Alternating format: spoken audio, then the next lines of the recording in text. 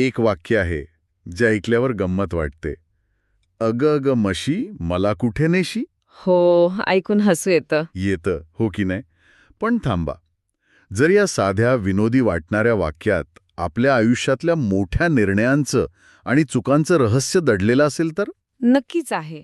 आज आपण याच म्हणीच्या आत दडलेल्या अर्थाचा शोध घेऊया. आणि ही गंमत आहे ना, ती फक्त वरवरची आहे. या म्हणीच्या मुळाशी एक खूप महत्वाचा मानवी स्वभाव आहे. कोणता? म्हणजे निर्णय स्वतः घ्यायचा, पण त्याचे परिणाम आपल्या मनासारखे नाही झाले की मग त्याची जबाबदारी दुसऱ्यावर टाकायची. अच्छा.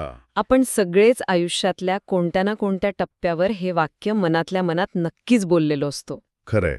चला, मग एक चित्र डोळ्यासमोर आणूया. एक मोठी ताकदवान म्हैस. तिचा स्वभाव, तिची वाट, सगळं साधारण माहीत असताना आपण स्वतःहून तिच्या पाठीवर बसतो. स्वतःहून हा शब्द खूप महत्वाचा आहे.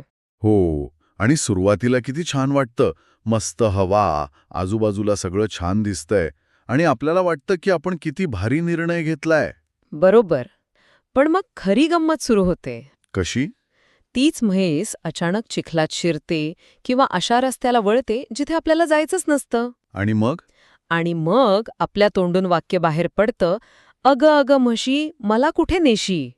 बरोबर. इथे महत्वाचा प्रश्न हा आहे की चूक कोणाची. म्हैस तर तिच्या नेहमीच्याच वाटेने चाललीये. निर्णय तर पाठीवर बसणाऱ्याचा होता. आणि इथेच या म्हणीचा खरा अर्थ उलगडतो नाही का? अगदी.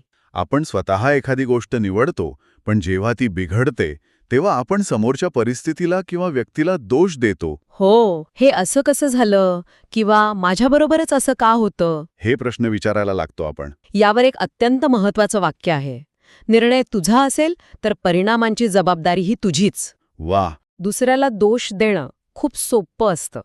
त्याने कसं क्षणभर बरं वाटतं, मन हलकं झाल्यासारखं वाटतं. हो, तात्पुरता दिलासा मिळतो. पण त्यामुळे आपण आपल्या चुकांमधनं काहीच शिकत नाही. आणि जेव्हा शिकणं थांबतं तेव्हा चुका पुन्हा पुन्हा घडतात.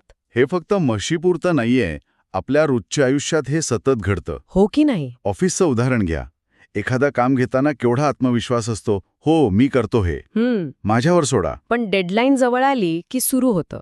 कामच खूप आहे, टीम मदत करत नाही, मॅनेजमेंटच बरोबर नाही. अगदी. म्हणजे मी वेळेचं नियोजन केलं नाही हे मान्य करण्याऐवजी आपण टीम आणि मॅनेजमेंट नावाच्या मशीनना दोष देतो. आता नात्यांमध्ये इथे तर हे हमखास होतं. हो, नात्यांमध्येही हेच होतं.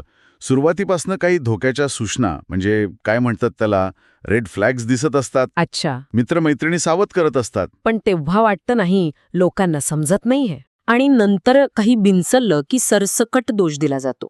सगळेच लोक वाईट असतात. गुंतवणुकीचा तर विचारायलाच नको. तो तर एकदम जिव्हाळ्याचा विषय आहे. कोणीतरी सांगतो आणि आपण पैसे लावतो, पण मार्केट खाली आलं की लगेच तक्रार सुरू. काय तर म्हणे, मार्केटच खराब आहे, सगळा घोटाळा आहे. हो, कोणीही हे मान्य करत नाही की मी अभ्यास न करता चुकीच्या मशीवर बसलो. या सगळ्या उदाहरणांमधला समान धागा काय माहितीये? काय?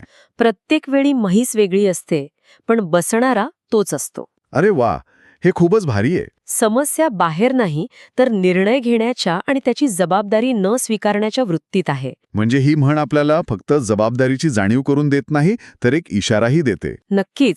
ती सांगते की आयुष्यात कोणाच्या पाठीवर बसायचं, म्हणजे कोणाचा सल्ला ऐकायचा किंवा कोणत्या मार्गावर जायचं, हे ठरवताना शहाणपण वापरायला हवं. बरोबर. कारण प्रत्येक प्रवास योग्यच असतो असं नाहीये.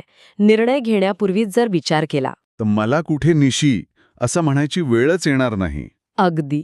हीच खरी हुशारी आहे. तर पुढच्या वेळी आयुष्यात जेव्हा काहीतरी बिनसारल्यासारखं वाटेल किंवा एखादी गोष्ट हाताबाहेर जातीये असं जाणवेल, तेव्हा दुसऱ्या कोणालाही दोष देण्याआधी स्वतःला एक प्रामाणिक प्रश्न विचारा. कुठला? मी कुठल्या म्हशीवर बसलो होतो? हा प्रश्न कदाचित थोडा अवघड वाटेल, पण तो अत्यंत प्रामाणिक आहे. आणि जो स्वतःशी प्रामाणिक राहतो तोच खऱ्या अर्थाने शहाणा होतो आणि चुकांमधून शिकतो. खरंच, एका साध्या म्हणीत किती मोठा अर्थ दडलाय. हीच तर मराठी म्हणींची खासियत आहे. तर जर ही म्हण तुम्हाला थोडी तरी आरशासारखी वाटली असेल, जर यात स्वतःला कुठेतरी ओळखलं असेल, तर लाईक करा, शेअर करा आणि अशाच विचार करायला लावणाऱ्या, हसवणाऱ्या पण टोचणाऱ्या मराठी म्हणींसाठी सबस्क्राईब करायला विसरू नका. हे ऐकलंय का?